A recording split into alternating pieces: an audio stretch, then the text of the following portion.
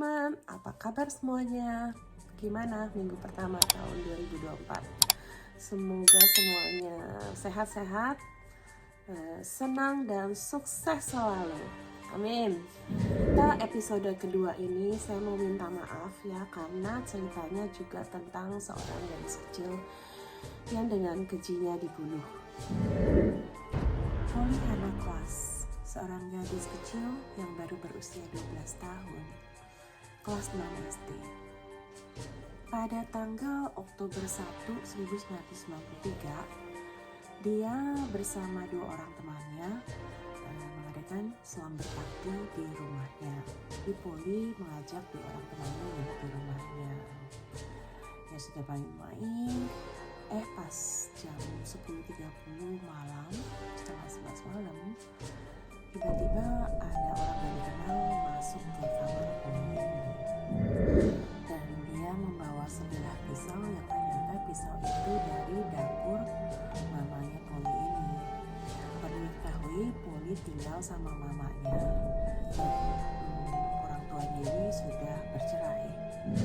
Mamanya kebetulan sebenarnya kamarnya itu ada di sebelah kamar Polly. Ya, rumah mereka nggak besar, biasa aja, kecil gitu ya. Nah, jadi seorang asing itu, seorang tidak dikenal, masuk ke kamar Polly dan langsung mengancam mereka untuk tidak bersuara supaya mereka tidak dibunuh katanya.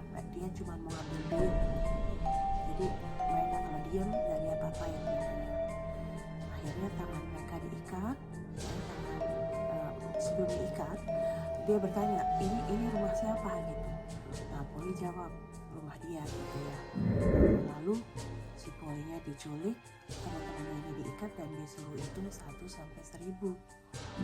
Nah, ada berita yang bilang kira-kira 20 menit, ada juga yang bilang kira-kira 2 jam. Ada babysitter telepon ke majikannya. Dia bilang, aku ngeliat ada mobil gak dikenal, kok kayak kejerembab di dekat rumah tuh, dekat rumah kamu, dekat tanah situ. Oh ya? Coba kamu lihat, cepat panggil polisi. Kebetulan rumah ini memang rumah yang besar ya, tanahnya gede gitu, dan banyak perpohonan gede-gede gitu. Nah, jadi majikannya ini karena dia punya anak kecil, jadi dia cepet-cepet naik mobil, dia kabur sebelum dia keluar dari kompleks rumah, bukan kompleks ya, dari rumah dia kan gede banget gitu ya, dengan halaman yang luas gitu ya, kayak taman gitu ya, taman yang gede, bukan cuma taman sempit di depan rumah doang, tapi panjang kayak semacam hutan kecil gitu ya. Sebelum dia keluar, dia berpapasan dengan si orang ini, si orang yang mobilnya berhenti di halaman rumah dia, dan dia sebab bertatapan mata. Nah, terus begitu dia cepat kabur ya, dia sampai ke pos stasiun isi bensin. Dia cepat-cepat telepon polisi. Dia bilang, oh iya ada orang nih, orang asing saya nggak kenal, dia dari rumah saya, laki-laki gini gitu. Akhirnya polisi nggak lama datang ya, 2 orang polisi. Jadi deh ditanya-tanyain orang ini. Dia namanya Richard Allen Davis. Si Richard Allen Davis ini diperiksa KTP-nya, SIM-nya gitu ya, driver's license-nya, juga mobil surat-suratnya diperiksa, nggak ada apa-apa, nggak ada search warrant gitu, nggak ada panggilan khusus dari polisi, penahanan gitu, nggak ada. Dan saat itu memang tidak ada keharusan bagi polisi untuk mengecek background itu dari orang yang akan ditangkap itu. Nggak ada keharusan. Kalau sekarang sih ada. Jadi pokoknya kalau di polisi, pasti polisi ngecek lewat komputernya itu apakah nih orang pernah ditahan, backgroundnya apa-apa gitu. Karena kan mana tahu ya, kalau dari SIM aja nggak pernah ditangkap polisi gitu. Jadi kelihatannya orang biasa-biasa aja, orang bener gitu kan. Nah, karena nggak diketemuin apa-apa, cuman diketemuin nih ini botol-botol bir yang udah kebuka. Nah, kan di Amerika ini memang nggak boleh botol bir terbuka dan sambil diminum dan sambil nyetir gitulah. Ya, botol minum terbuka dan sambil nyetir. Tapi karena mobilnya dalam keadaan berhenti, jadi dia nggak dapat sanksi apa-apa. Cuman ada catatan namanya field investigation, yaitu investigasi lapangan dengan nama dia, nomor SIM dia, mobil apa semua dicatat. Karena kan memang ada kejadian dia ada alkohol gitu ya, dan masuk ke area rumah orang. Belum dia polisi membebaskan dia, polisi justru teleponin tow truck itu, mobil truk untuk narik mobil dia supaya bisa keluar dari ditch itu, dari lubang itu. Nah, polisi juga nanya ke pemilik rumah, gimana ini lagi ketemu apa-apa nih, kamu tetap mau tahan dia nggak? Kalau mau tahan dia tinggal kamu bilang I arrest you gitu. Kalau bilang begitu, bisa tangkap dia, kita bisa bawa dia ke penjara malam ini ya, jail, untuk kita periksa lebih lanjut gitu, apa intensi dia begitu, apakah benar dia cuman nggak sengaja.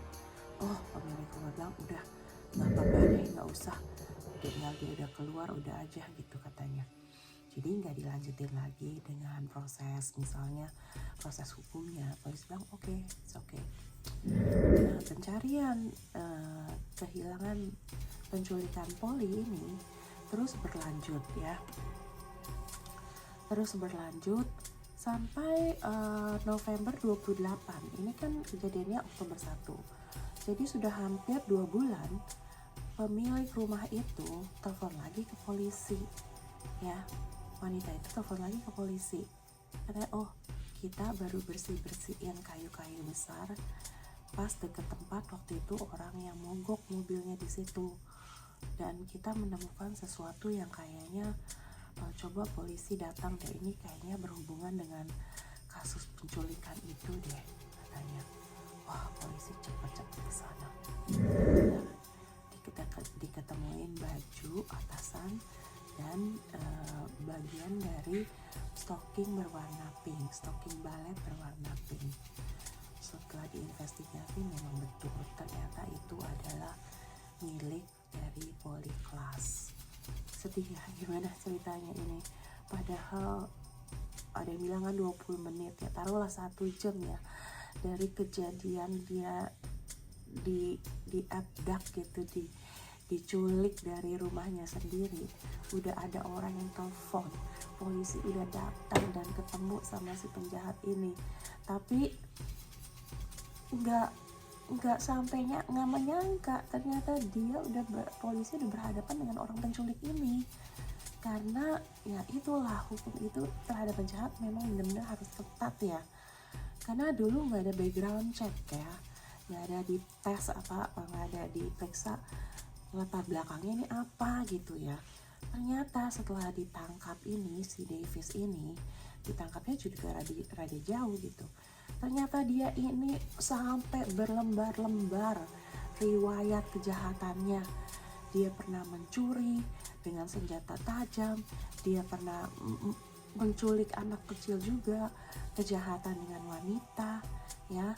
Pokoknya benar-benar kejahatan yang gak membingungkan lagi kalau dia menculik Polly ini. Sayang banget ya, waktu itu pengumuman ada penculikan itu, polisi yang datengin dia itu, yang nolongin dia itu, katanya nggak ada di radio dia, nggak kedengeran karena beda channel gitu ya, karena kan nangkepnya itu di kota Santa Rosa, bukan di kota Petaluma di mana kejadian ini terjadi. Nah, itu jaraknya kira-kira 20 km lagi dari 20 miles atau 32 km dari Petaluma di mana rumah Polly Klaas itu. Jadi polisi bilang nggak ada pengumuman di radio, jadi mereka juga nggak tahu. Jadi akhirnya dia tanggal 4 Desember 4 malam-malam dia ngaku ke polisi. Dia kasih tahu polisi di mana letak dia membuang mayat Polly. Jadi mayatnya itu sebenarnya dibuang kira-kira 20 miles ya, 20 miles dari tempat dari tempat yang yang polisi ketemu sama dia waktu mobilnya mogok itu. Nggak jauh ya, ada seperti gundukan tanah pendek gitu ya, shallow grave gitu, dan di sanalah Polly dengan kasihan banget dikuburkan di sana. Dan polisi nanyain nih dengan si Richard Allen Davis ini, apa yang kamu lakukan? Jadi mau tahu timelinenya, waktunya itu sequence-nya bagaimana ya.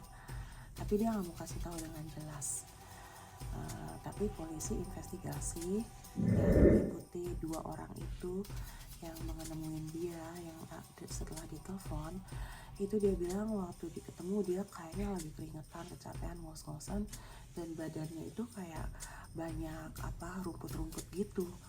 Jadi kelihatannya itu dia sudah membunuh Polly dengan cara mencekik dia ya.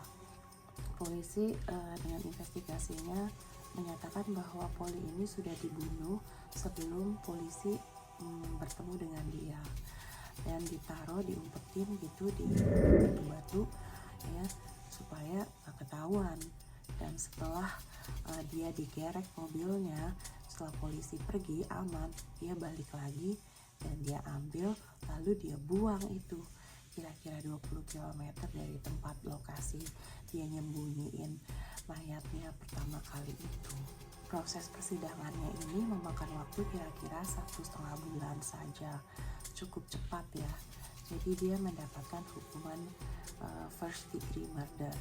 First degree itu adalah yang paling berat ya di Amerika sini, karena first degree itu berarti mempunyai intensi atau mempunyai niat dan direncanakan. Ya benar, dia kan merencanakan. Jadi akhirnya itu dia divonis hukuman mati. Yang paling gila itu waktu selesai pengadilan, dia malah memberikan 2 middle fingernya itu ya, seperti ini nih, ke keluarga Polly. Bayangin, jahatnya minta ampun ya. Dan kepada bapaknya Polly dia bilang, anak elu tuh bilang dia juga dimoles sama elu gitu katanya. Gak ada yang percaya, memang dia jahat sekali. Dan dia ketawa-tawa aja gitu, benar-benar orangnya udah mental sickness ya. 2023 kemarin ya, 1993 2023 udah 30 tahun kejadian ini. Dan guess what? Pembunuhnya masih hidup, belum dihukum mati. Jadi untuk capital punishment itu mereka harus nunggu di death row namanya. Dan itu mereka masih bisa dulu naik banding lagi. Terus, dan pada tahun 2023, tepatnya bulan Juni, Gubernur California di mana kejadian ini terjadi ya, memutuskan membuat suatu moratorium, yaitu keputusan penundaan sampai peninjauan kembali gitu ya, bahwa capital punishment atau hukuman mati itu untuk sementara ditiadakan. Jadi si Richard Allen Davis yang tadinya udah di death row, udah hampir waktunya harus dihukum mati ya, jadi udah masih santai-santai aja dia di penjara di San Quentin. Udara yang sejuk ya, sehari makan 3 kali ya dengan masih bebasnya lah walaupun ya orang yang di penjara. Tapi kan bayangkan ketidakadilannya untuk seorang gadis yang energik gitu ya. Bapaknya itu bilang si Polly ini suka performing arts gitu, suka drama ya, ingin jadi pemain drama gitu. Karena kebetulan Petaluma ini adalah kota asal dari artis terkenal Winona Ryder. Mungkin semua pada kenal ya dari Stranger Things, yaitu drama seri Netflix. Pas waktu hilang pencarian si Polyclass ini, Winona Ryder juga menjanjikan 200.000 untuk siapa yang bisa memberikan informasi untuk penangkapan penculiknya.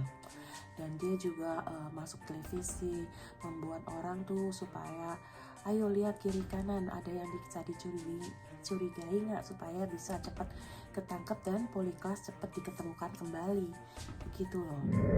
Jadi Polly ini benar-benar anak yang riang. Kita lihat aja foto-fotonya ya, anak yang begitu ceria, begitu gimana ya, berbinar-binar. Ayahnya nih setelah sampai kemarin kan diinterview lagi, dan ada beberapa acara TV yang mengulas tentang kejadian ini lagi kan, karena sudah 30 tahun. Diinterview bapaknya ini si Mark Klaas. Gimana ya, dia bilang gimana lagi ini, memang kita punya gubernur is a pig katanya, memang maaf ya, babi katanya ya, penjahat udah kayak begitu ya, sesadisnya itu, nggak ada penyesalan sama sekali. Dan 30 tahun yang lalu gitu loh, masih aja dia bernapas dengan bebasnya di penjara. Dan gitulah ya. Dan tempat kejadian ini, Petaluma, sebenarnya nggak jauh dari San Francisco, cuma 62 km aja ya, atau 38 miles ya. Dan kota ini terkenal dengan industri bir, terus kayak gitu industri telur ya, telur di daerah sekitarnya tuh, daerah-daerah San Francisco dan sekitarnya itu banyak yang dari Petaluma, karena di sana industri peternakan, industri ayam, sapi gitu ya. Dan termasuk dalam Sonoma County, yaitu county yang banyak sekali penanaman anggur, kebun-kebun anggur yang sangat terkenal, Napa Valley. Itu sama county-nya, kabupaten atau kecamatannya ya, daerahnya gitu ya. Jadi Petaluma ini kota yang cantik menurut saya ya, kota kuno ya. Bisa ditarik sejarahnya itu sampai 5.000 tahun yang lalu ya, karena itu dulunya adalah kota, namanya itu adalah nama Indian ya, Native American punya Native American, jadi orang Amerika asli ya, dulu kan namanya Red Indian atau Native American. Itu mereka memberi nama Petaluma. Jadi dari 5.000 tahun lalu katanya sudah ada kota itu. Dan kota itu kota kecil, waktu tahun 93 aja cuma 44.000 orang yang tinggal di sana. Dan 30 tahun kemudian naik sedikit cuma 58.000 orang. Dan tingkat kejahatan sangat rendah ya, dibandingin California yang 12%-an. Petaluma ini tingkat kejahatannya cuma 5,6%, 5%-an gitu ya. Dan penghasilannya itu mereka kebanyakan menengah ke atas ya, dan kebanyakan sana orang kulit putih, sisanya kebanyakan orang Hispanik atau orang-orang keturunan Spanyol. Ya begitulah sedikit tentang sejarah kota Petaluma ini. Jadi teman-teman tahu ya bagaimana situasinya gitu. Nggak jauh dari San Francisco, jadi sebelah utara dari San Francisco yang berada di negara bagian California. Bagaimana menurut teman-teman? Apakah keadilan sudah ada untuk gadis kecil Polyclass yang hidupnya cut short gitu ya, harus terpotong dengan pendek karena seseorang yang telah memiliki background kejahatan gitu banyak ya, yang sudah harusnya dihukum mati, tapi karena ya politik ya 2023 baru aja tahun kemarin dibilang nggak boleh. Nah, itulah akhirnya jadinya dia nggak dihukum mati. Ada film juga tentang ini Polyclass ya, film TV. Ada juga tentang bukunya. Terus udah gitu yang bapaknya kan jadi advokat untuk anak-anak ya, keselamatan anak-anak ya. Dan karena dia juga ya foundation dia Polyclass Foundation, ada satu hukum yang namanya three strike law. Jadi kalau seseorang udah ada 3 pelanggaran ya, langsung bisa diadilin untuk maksimum 25 tahun atau hukuman mati. Yang membuat ada hukum baru ini adalah kasusnya Poliklas ini ya. Karena lihat, polisi udah ketemu begitu cuman 1 jam. Itu kan investigasi bilang dia udah dibunuh. Tapi kalau belum gimana? Bener-bener sedih banget kan, udah depan mata penjahatnya loh. Mungkin aja udah dicekik tapi misalnya belum mati ya kan. Ya, makanya hukum itu bagus sekali. Tapi sekarang ini juga masih ada debate lagi, debat lagi. Orang bilang wah nggak adil, orang kan bisa aja berubah gini, apa kasusnya kan beda-beda. Aduh, banyak deh yang kalau membela untuk kemanusiaan ya, memang kita harus juga berkemanusiaan. Tapi kalau terlalu banyak kemanusiaan sama orang yang kayak bandit-bandit begini kan jadi nggak aman loh. Maaf ya, di sini lagi musim batuk karena biasa musim winter itu atau musim dingin, cuaca dingin ya. Jadi orang-orang tuh pada sakit flu ya. Mungkin juga ada yang sakit COVID, tapi saya sih enggak sih, nggak sampai parah gitu. Cuman batuk-batuk aja nih, gatel banget. Jadi cerita kali ini sampai di sini saja. Tapi teman-teman tulis ya komen di bawah gimana menurut teman-teman dengan kasus Poliklas ini. Biarpun kasus ini sudah 30 tahun yang lalu, tetapi banyak sekali orang yang masih tahu ya. Karena ya itu acara TV ya, apalagi baru kesan kemarin kan diungkap lagi gitu loh tentang kasus ini. Dan kasus yang sangat pertama kali gitu ya, kasus penculikan yang terbesar boleh dikatakan. Dan karena juga pencariannya itu sampai ke berbagai negara bagian di luar California itu sendiri. Jadi dengan skala besar gitu ya. Karena ya benar-benar kejahatan yang sangat berani gitu, menculik anak itu dari rumahnya sendiri malam-malam seperti itu, dan nggak ada bukti gitu. Nggak bisa diketemukan barang-barang bukti di TKP, cuman ada samar-samar sedikit gitu, dan palm printnya gitu, cap tangannya, dan memang cocok sama si Richard Allen Davis ini dan juga DNA dia, dan itu ya memang sudah terbuktikan, makanya dia dihukum mati. Jadi tulis teman-teman ya gimana komennya, apakah teman-teman gimana nih tentang hukuman mati, capital punishment? Apakah lebih setuju? Apakah setiap manusia pasti bisa ada penyesalan dan bisa direhabilitasi? Bagaimana? Terima kasih udah ditonton channel saya ini, episode yang baru juga. Semoga channel saya semakin berkembang. Dimohon dukungannya. Silahkan like, subscribe, dan komen. Juga share ke teman-teman yang lain supaya saya lebih semangat. Terima kasih. Bye-bye.